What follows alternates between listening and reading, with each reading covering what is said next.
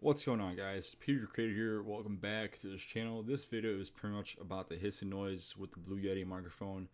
I got this new MacBook Pro and I plugged this Blue Yeti in, and I was trying to record some videos actually. And throughout the video, I just heard that hissing noise I had back on my other computer. So I was just really confused. I looked up some videos and I got a few ideas, or just one idea pretty much, which helped me with the hissing noise.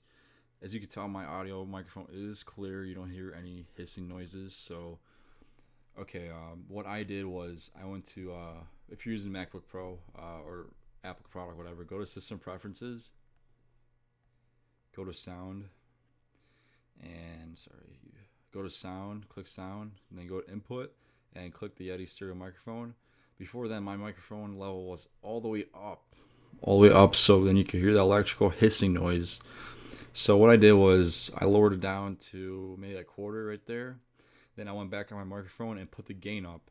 So it just depends how loud you want the microphone, how low you want the audio noise. So if you want, put the gain up like halfway up, and that should get rid of the hissing noise. So let me know with the comments below. Thank you.